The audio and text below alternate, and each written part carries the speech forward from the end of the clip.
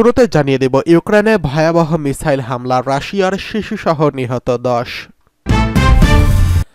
জানিয়ে দেব উত্তেজনার মধ্যেই অত্যাধুনিক ক্ষেপণাস্ত্র প্রদর্শনীর আয়োজন করছে ইরান।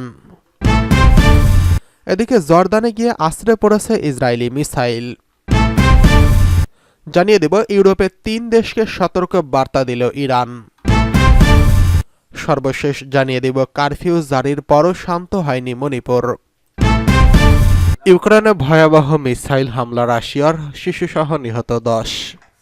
ইউক্রেনের উত্তর পূর্বাঞ্চলীয় শহর সুমিতে ভয়াবহ ক্ষেপণাস্ত্র হামলা চালিয়েছে রাশিয়া। এতে 2 শিশুসহ অন্তত 10 জন নিহত হয়েছেন।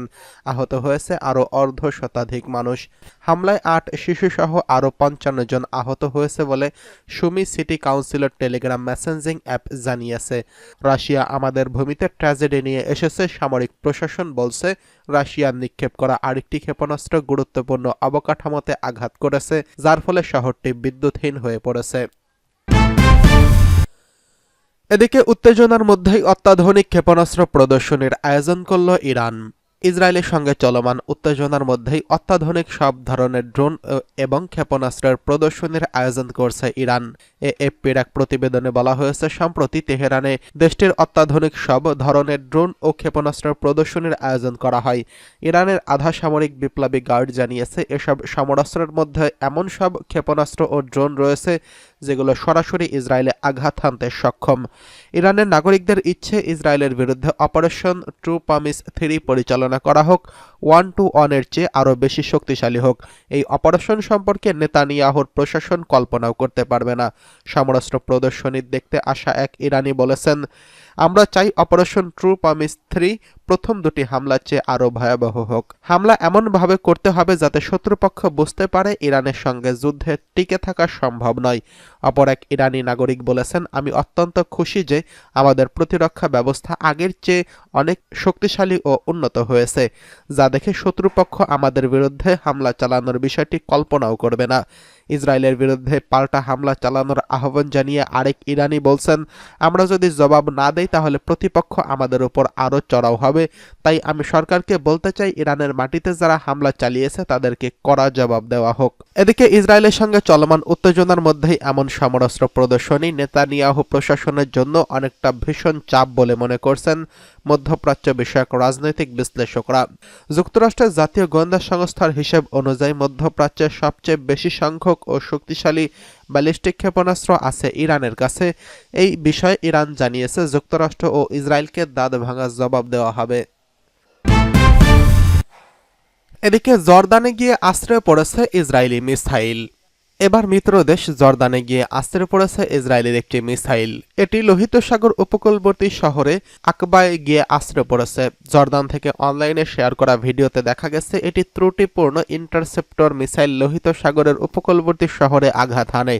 এটি ইসরায়েলের সীমান্ত থেকে মাত্র কয়েকশো মিটার দূরে বিলাসবহুল শহর আকাবায় গিয়ে পড়েছে। সংবাদ মাধ্যমের প্রতিবেদন থেকে জানা গেছে, আকাবায় 2টি বিস্ফোরণের শব্দ শোনা গেছে। একটি শত্রুর প্রজেক্টাইল ধ্বংসের লক্ষ্যে ছোড়া হয়েছে এবং এটার ক্ষেপণাস্ত্রের যন্ত্রাংশ এবং অন্য মিসাইল হচ্ছে যা ভূমিতে আঘাত হেনেছে। রিপোর্ট লেখা পর্যন্ত এই বিষয়ে জর্দানের কর্তৃপক্ষের কাছ থেকে কোনো মন্তব্য পাওয়া যায়নি। এর আগে ইসরায়েলি সেনাবাহিনী জানিয়েছিল, ইহুদিবাদী ভূখণ্ডে ইলাত শহরের দিকে ইরাক থেকে সোরার একটি ড্রোন ঠেকাতে মিসাইল নিক্ষেপ করা হয়, কিন্তু সেটি ত্রুটির কারণে ইলাতের মাটিতে আশ্রয় পড়ে। এদিকে ইউরোপের 3টি দেশকে সতর্ক বার্তা দিল ইরান।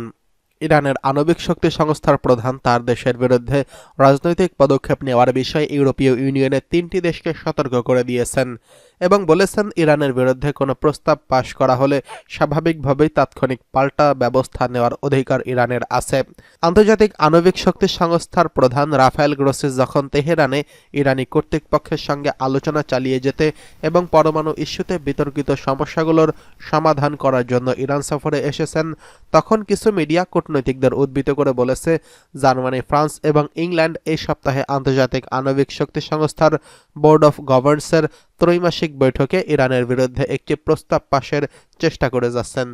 ইরানি গণমাধ্যমের মতে রাফায়েল গ্রোসি তেহরান সফরের সময় ইরানের কর্মকর্তারা এনপিটির কাঠামোর মধ্যে আন্তর্জাতিক আণবিক শক্তি সংস্থাকে সম্পূর্ণ সহযোগিতা করার জন্য এবং যেকোনো রাজনৈতিক চাপের বিরুদ্ধে ব্যবস্থা নেওয়ার ব্যাপারে তেহরানের প্রস্তুতির কথা ঘোষণা করেছেন। আন্তর্জাতিক আণবিক শক্তি সংস্থার মহাপরিচালক রাফায়েল গ্রোসির সঙ্গে এক বৈঠকে ইরানের প্রেসিডেন্ট মাসুদ পেজেশকিয়ান বলেছেন, ইরান পারমাণবিক প্রযুক্তিতে যা চাইছে তা আন্তর্জাতিক আণবিক শক্তি সংস্থার আইনি কাঠামো এবং নিয়মকানুন অনুসারেই করছে। ইরানের প্রেসিডেন্ট আরও বলেছেন, যেহেতু আমরা বারবার আমাদের সদিচ্ছা প্রমাণ করেছি যে আমরা ইরানের শান্তিপূর্ণ পারমাণবিক কর্মসূচি সম্পর্কে কথিত অস্পষ্টতা এবং সন্দেহ দূর করার জন্য আন্তর্জাতিক সংস্থার সঙ্গে যে কোনো সহযোগিতা করতে এবং একসঙ্গে বসতে প্রস্তুত। যদিও আজ বিশ্ব বিশ্বাস করছে যে ইসলামী ইরান বিশ্বের শান্তি ও নিরাপত্তা চায়। মাসুদ পেজেশকিয়ান পরমাণু সমঝোতা চুক্তি এবং জেসিপিওর প্রতি মার্কিন যুক্তরাষ্ট্র এবং ইউরোপীয় দেশগুলোর প্রতিশ্রুতি ভঙ্গের দিকেও ইঙ্গিত করে বলেছেন, আন্তর্জাতিক পারমাণবিক শক্তি সংস্থার একাধিক প্রতিবেদন নিশ্চিত করেছে যে আমরা এই চুক্তিতে আমাদের সমস্ত প্রতিশ্রুতি বা বাধ্যবাধকতা পূরণ করেছি। কিন্তু মার্কিন যুক্তরাষ্ট্র ছিল যে একতরফাভাবে জেসিপিওএ নিজেকে থেকে প্রত্যাহার করে এটিকে বেরিয়ে গেছে। এদিকে কারফিউ জারির পরও শান্ত হয়নি মণিপুর। জাতিগত সহিংসতার জেরে ফের অগ্নিগর্ভ ভারতের মণিপুর। রবিবারও সেই রাজ্যের জিরিবাম জেলার জিরি নদী থেকে দুটি মরদেহ উদ্ধার করার খবর মিলেছে। স্থানীয় পুলিশের পক্ষ থেকে জানানো হয়েছে, 60 এক নারী এবং বছর দুয়েকের এক শিশু মস্তকবিহীন মরদেহ নদীতে ভাসতে দেখা যায়। রবিবার পর্যন্ত জিরিবাম জেলায় মোট 6টি মরদেহ উদ্ধার করা হলো। মেইতেইরা মনে করছেন ওই 6টি মরদেহ জিরিবাম অপহরণের শিকার হন 3 নারী এবং 3 শিশু। যদিও আরেকটি অংশের দাবি নদীতে আরও কিছু মরদেহ ভাসতে দেখা গেছে, সেই ক্ষেত্রে নিহতের সংখ্যা আরও বৃদ্ধি পাবে। গত সোমবার জিরিবামে আসাম সীমান্ত লাগোয়া অঞ্চল থেকে অপহরণ করা হয়েছিল এই 6 জনকে। এই ক্ষেত্রে অভিযোগের আঙুল ওঠে কুকি জনগোষ্ঠীর দিকে। নদীতে মরদেহ উদ্ধারের পরেই মণিপুরের ইম্ফল সংলগ্ন এলাকায় বিক্ষোভ করতে শুরু করেন মেইতেই জনগোষ্ঠীর সদস্যরা। প্রশাসনের পক্ষ থেকে জানা গেছে, রবিবার সেই রাজ্যের পূর্তমন্ত্রী গোবিন্দ দাস কণ্ঠজোম, বিজেপি বিধায়ক ওয়াই রাধেশ্যাম, বিজেপি বিধায়ক পাওনাম ব্রজেন, কংগ্রেস বিধায়ক টি.এইচ. লোকেশ্বরের বাড়িতে অগ্নিসংযোগ করা হয়। সেই সময় মন্ত্রী, বিধায়ক এবং তাদের পরিবারের কেউ বাড়িতে ছিলেন না। ফাঁকা বাড়িতে ঢুকে বিক্ষোভকারীরা প্রথমে জিনিসপত্র ভাঙচুর করেন। ইম্ফল পূর্ব জেলার লুয়াংসাংবামে মুখ্যমন্ত্রী এন বীরেন সিংয়ের প্রত্যেক বাড়িতে হামলার অভিযোগও ওঠে।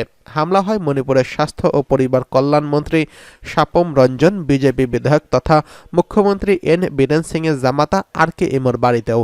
হামলাকারীদের দাবি, জিরিবাম জেলায় 6 জনকে খুন করায় অভিযুক্ত যারা তাদের 24 ঘন্টার মধ্যে গ্রেফতার করতে হবে এবং পরিস্থিতি নিয়ন্ত্রণে রাখতে শনিবার বিকেল 4:30 থেকে ইম্ফলে কারফিউ জারি করা হয়েছে।